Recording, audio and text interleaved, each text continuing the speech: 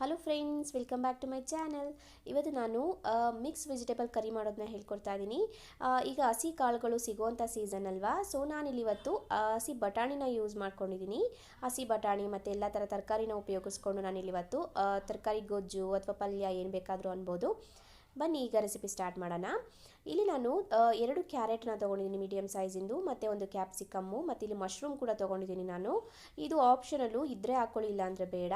ಇಲ್ಲಿ ನಾನು ಬೀನ್ಸನ್ನು ಕೂಡ ಕಟ್ ಮಾಡಿ ಇಟ್ಕೊಂಡಿದ್ದೀನಿ.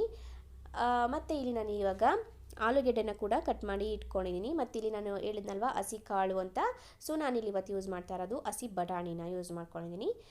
ಇದಿಷ್ಟು ತರಕಾರಿನ ಯೂಸ್ ಮಾಡ್ತಾ ಇರೋದು ನಾನು. ಸೊ ಇಲ್ಲಿ ಇವಾಗ ಒಂದು ಪ್ಯಾನ್ಗೆ ಒಂದು 2 ಟೇಬಲ್ ಸ್ಪೂನ್ ಅಷ್ಟು ಎಣ್ಣೆನ ಹಾಕ್ಕೊಂಡು ನಾನಿಲ್ಲಿ ಇವಾಗ ಜೀರಿಗೆನ ಹಾಕೋತಿದ್ದೀನಿ. ಜೀರಿಗೆನ ಹಾಕ್ಕೊಂಡು ನೆಕ್ಸ್ಟ್ ನಾನಿಲ್ಲಿ ಇವಾಗ ಒಂದು 2 ಟೇಬಲ್ ಸ್ಪೂನ್ ಅಷ್ಟು ಧನಿಯಾ ಬೀಜನ ಹಾಕ್ಕೊಳ್ತಿದ್ದೀನಿ, ಧನಿಯಾ ಕಾಳನ್ನ ಹಾಕ್ಕೊಳ್ತಿದ್ದೀನಿ. ಮತ್ತು ಇಲ್ಲಿ ಗೋಡಂಬಿ ಹಾಕ್ಕೊಳ್ತಿದ್ದೀನಿ.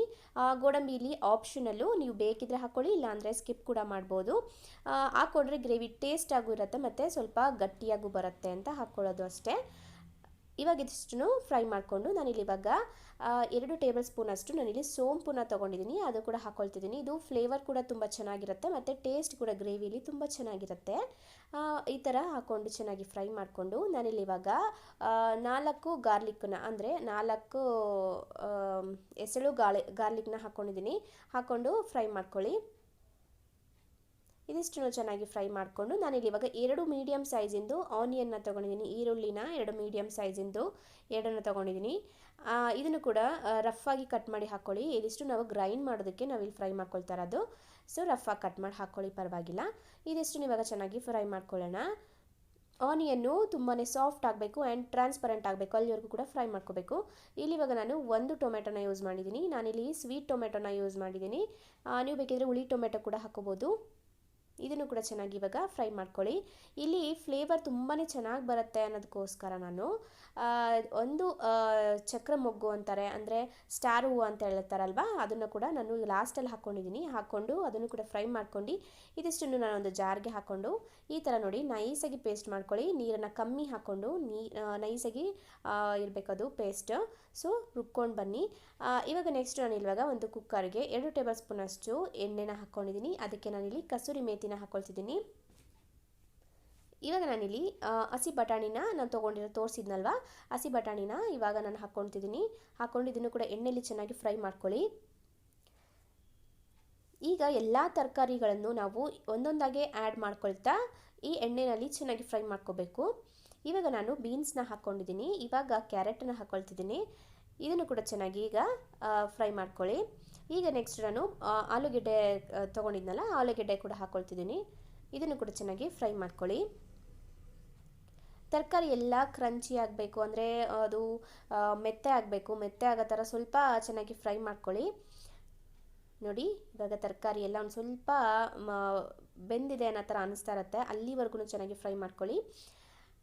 ಇವಾಗ ನಾನು ಸ್ವಲ್ಪ ಸಾಲ್ಟನ್ನು ಹಾಕ್ಕೊಳ್ತಿದ್ದೀನಿ. ಇವಾಗ ನೀವು ಏನೆಲ್ಲ ಡ್ರೈ ಮಸಾಲೆಗಳನ್ನ ಹಾಕೋಬೇಕು ಈ ಒಂದು ಟೈಮಲ್ಲಿ ಹಾಕೊಂಬಿಡಿ. ಇವಾಗ ನಾನು 2 ಟೇಬಲ್ ಸ್ಪೂನ್ ಅಷ್ಟು ರೆಡ್ ಚಿಲ್ಲಿ ಪೌಡರ್ನ ಕೂಡ ಹಾಕ್ಕೊಂಡಿದ್ದೀನಿ. ಅದನ್ನು ಕೂಡ ಹಾಕೊಂಡು ಚೆನ್ನಾಗಿ ಫ್ರೈ ಮಾಡ್ಕೊಳ್ಳಿ. ಇವಾಗ ನಾನು 1 ಟೀ ಸ್ಪೂನ್ ಅಷ್ಟು ನಾನಿಲ್ಲಿ ಸ್ವಲ್ಪ ಪ್ರಮಾಣದಲ್ಲಿ ಗರಂ ಮಸಾಲನ ಯೂಸ್ ಮಾಡಿದ್ದೀನಿ. ಅದನ್ನು ಕೂಡ ಹಾಕೊಂಡು ಚೆನ್ನಾಗಿ ಫ್ರೈ ಮಾಡಿ ಲಾಸ್ಟಲ್ಲಿ ನಾನು ಕ್ಯಾಪ್ಸಿಕಮ್ ತೊಗೊಂಡಿರೋಂಥ ಕ್ಯಾಪ್ಸಿಕಮ್ನ ಲಾಸ್ಟಲ್ಲಿ ಹಾಕ್ಕೊಳ್ತಿದ್ದೀನಿ. ಯಾಕೆ ಅಂತಂದರೆ ಕ್ಯಾಪ್ಸಿಕಮ್ ಬೇಗ ಬೆಂದುಬಿಡುತ್ತೆ ಅಲ್ವಾ, ಸೊ ಅದಕ್ಕೋಸ್ಕರ ಲಾಸ್ಟಲ್ಲಿ ಹಾಕ್ಕೊಂಡಿದ್ದೀನಿ ಅಷ್ಟೇ. ಅದನ್ನು ಹಾಕೊಂಡು ಚೆನ್ನಾಗಿ ಫ್ರೈ ಮಾಡಿ. ಇವಾಗ ನೆಕ್ಸ್ಟು ನಾನು ನೈಸಾಗಿ ನಾನು ಮಸಾಲ ರುಬ್ಕೊಂಡು ಬಂದಿದ್ನಲ್ವ, ಅದನ್ನು ಈ ಒಂದು ಟೈಮಲ್ಲಿ ಆ್ಯಡ್ ಮಾಡ್ಕೊಳ್ತಿದ್ದೀನಿ. ಆ್ಯಡ್ ಮಾಡ್ಕೊಂಡು ಇದನ್ನು ಕೂಡ ಚೆನ್ನಾಗಿ ಫ್ರೈ ಮಾಡ್ಕೊಳ್ಳಿ. ಈವನ್ನಾಗಿ ಮಿಕ್ಸ್ ಆಗೋ ಥರ ಚೆನ್ನಾಗಿ ಮಿಕ್ಸ್ ಮಾಡ್ಕೊಳ್ಳಿ. ನಿಮಗೆ ಕನ್ಸಿಸ್ಟೆನ್ಸಿ ನೋಡ್ಕೊಳ್ಳಿ, ಗೊಜ್ಜು ಯಾವ ಥರ ಬೇಕು ನಿಮಗೆ ಅನ್ನೋದು. ಆವಾಗ ನೋಡಿಕೊಂಡು ನೀವು ಒಂದು ಸ್ವಲ್ಪ ನೀರನ್ನ ಜಾಸ್ತಿ ಅಥವಾ ಕಮ್ಮಿ ಹಾಕ್ಕೊಳ್ಳಿ. ಹಾಕ್ಕೊಂಡು ಚೆನ್ನಾಗಿ ಮಿಕ್ಸ್ ಮಾಡಿಬಿಟ್ಟು ಇವಾಗ ನಾನು ಕೊತ್ತಂಬರಿ ಸೊಪ್ಪನ್ನ ನಾನು ಮಸಾಲೆ ರುಬ್ಬಬೇಕಾದ್ರೆ ಹಾಕ್ಕೊಂಡಿಲ್ಲ, ಸೊ ಇವಾಗ ಹಾಕ್ಕೊಂಡು ಮಿಕ್ಸ್ ಮಾಡಿಬಿಟ್ಟು ಸಾಲ್ಟು ಟೇಸ್ಟ್ ನೋಡಿಕೊಂಡು ಇನ್ನೊಂದು ಸ್ವಲ್ಪ ಬೇಕಾದರೆ ಹಾಕ್ಕೊಂಡು ಇವಾಗ ಇದನ್ನು ಒಂದೇ ಒಂದು ವಿಷಲ್ಲು ತೊಗೊಂಡ್ರೆ ಸಾಕು, ಚೆನ್ನಾಗಿ ಬೆಂದಿರುತ್ತೆ. ನೋಡಿ ಇದನ್ನು ನೀವು ಬೇಕಿದ್ರೆ ಪಾತ್ರೆಯಲ್ಲಿ ಕಡಾಯಲ್ಲೂ ಕೂಡ ಮಾಡ್ಬೋದು. ನೋಡಿದ್ರಿ ಅಲ್ವಾ, ತೆಂಗಿನಕಾಯಿ ನಾನು ಇಲ್ಲೊಂದು ಸ್ವಲ್ಪನೂ ಕೂಡ ಯೂಸ್ ಮಾಡಿಲ್ಲ. ತೆಂಗಿನಕಾಯಿ ಯೂಸ್ ಮಾಡಿಲ್ಲ ಅಂದರೂ ಕೂಡ ಅಷ್ಟೇ ಗಟ್ಟಿಯಾಗಿರುತ್ತೆ ಗ್ರೇವಿ. ಒಂದು ಸತಿ ಟ್ರೈ ಮಾಡಿ. ಈ ಒಂದು ವೆಜಿಟೇಬಲ್ ಗ್ರೇವಿ ನಿಮಗೆ ಚಪಾತಿಗಾಗ್ಬೋದು, ಪೂರಿಗಾಗ್ಬೋದು ಅಥವಾ ಮುದ್ದೆಗಾಗ್ಬೋದು, ಎಲ್ಲದಕ್ಕೂ ಒಳ್ಳೆ ಕಾಂಬಿನೇಷನ್ ಆಗುತ್ತೆ. ಒಂದು ಸತಿ ಟ್ರೈ ಮಾಡಿ. ಈ ಒಂದು ರೆಸಿಪಿ ನಿಮ್ಗೆ ಇಷ್ಟ ಆಗಿದೆ ಅನ್ಕೋತೀನಿ. ಇಷ್ಟ ಆಗಿದ್ದರೆ ನಿಮ್ಮ ಫ್ರೆಂಡ್ಸ್ ಆ್ಯಂಡ್ ಫ್ಯಾಮಿಲಿ ಜೊತೆಗೂ ಕೂಡ ಈ ವಿಡಿಯೋನ ಶೇರ್ ಮಾಡ್ಕೊಳ್ಳಿ. ಈ ಥರ ಒಂದು ಕುಕಿಂಗ್ ಚಾನಲ್ ಇದೆ, ಸಬ್ಸ್ಕ್ರೈಬ್ ಮಾಡ್ಕೊಳ್ಳಿ ಅಂತ ಅವ್ರಿಗೂ ಕೂಡ ಸಜೆಸ್ಟ್ ಮಾಡಿ. ನನ್ನ ವಿಡಿಯೋಸ್ನ ಯಾರೆಲ್ಲ ಸಬ್ಸ್ಕ್ರೈಬ್ ಮಾಡ್ಕೊಂಡು ನೋಡ್ತಾ ಇದ್ದೀರಾ ಅವರೆಲ್ಲರಿಗೂ ಕೂಡ ಥ್ಯಾಂಕ್ ಯು ಸೋ ಮಚ್.